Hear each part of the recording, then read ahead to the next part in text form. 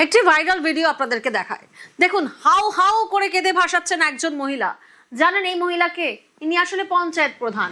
পঞ্চায়েত প্রধানই এভাবে কেঁদে ভাসাচ্ছেন। কেন? কারণ জনরোষের মুখে পড়েছেন পঞ্চায়েত প্রধান। এ ছবি হাওড়ার জুজার সাহা পঞ্চায়েতের ঘটনা। দুর্নীতি, কাটমানি, জুলুমবাজির অভিযোগ রয়েছে এই পঞ্চায়েত প্রধানের উপর। পালাবদলের পর গ্রেফতার হন পঞ্চায়েত প্রধান। জামিনে মুক্ত হতেই জনরোষের মুখে পঞ্চায়েত প্রধান।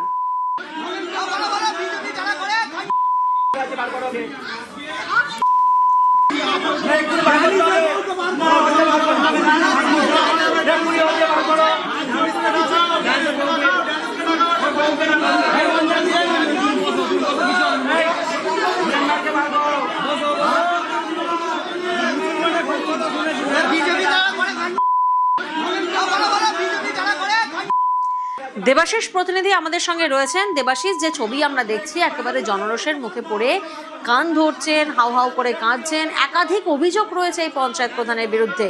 এখন তিনি কি বলছেন?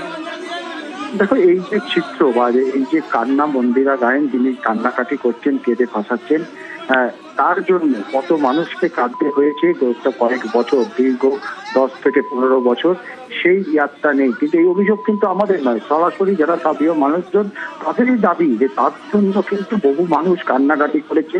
এমনকি এই যে কান ধরে উঠবস, তারও কিন্তু নিদান দিতেন এই পঞ্চায়েত প্রধান মন্দিরা গায়েন। সেই অভিযোগের ভিত্তিতেই কিন্তু কয়েকদিন আগে তিনি গ্রেপ্তার হয়েছিলেন। গ্রেপ্তারের পর জামিনে মুক্ত হওয়ার পর গতকাল যখন ফের পঞ্চায়েতে ঢোকেন, সেই খবর পেয়েই কিন্তু গ্রামবাসীরা কার্যত পঞ্চায়েত অফিস ঘিরে ফেলে এবং ঘিরে ফেলার পর তখন তাকে উদ্ধারে কার্যত তিনি হাত পায়ে ধরে কান্নাকাটি করতে থাকেন, তার প্রাণ ভিক্ষা চাইতে থাকেন। তার কারণ গ্রামবাসীরা কার্যত তাকে মারতে উদ্যত হয়। এরপরেই পাঁচলা থানার পুলিশ ঘটনাস্থলে পৌঁছে কিন্তু মন্দিরা দেবীকে ফের উদ্ধার করে নিয়ে যায়। তবে এই ওনার বিরুদ্ধে যে অভিযোগ রয়েছে, সেই অভিযোগ কিন্তু অভিযোগের পাহাড় বলা যেতে পারে। প্রতিটি ক্ষেত্রে, সেখানে আবাস যোজনা হোক বা কারোর বাড়িতে কল নিয়ে যেতে হবে, কারোর বাড়ি সারাই কাজ করতে হবে, ছাদের সারাই করতে হবে, সব কিছুতেই কিন্তু তাকে কার্যত টাকা দিতে হতো।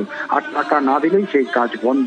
ফলে তার অভিযোগের ভিত্তিতে তার স্থানীয় মানুষদের দাবি তাকে জেল বন্দি থাকতে হবে, সে কিন্তু মুক্তি যেন না পায়। তবে গোটা ঘটনার তদন্ত শুরু করেছে পাঁচলা থানার পুলিশ। তবে মন্দিরা দেবীও কিন্তু ক্ষমা প্রার্থনা চাইছেন সবার কাছে।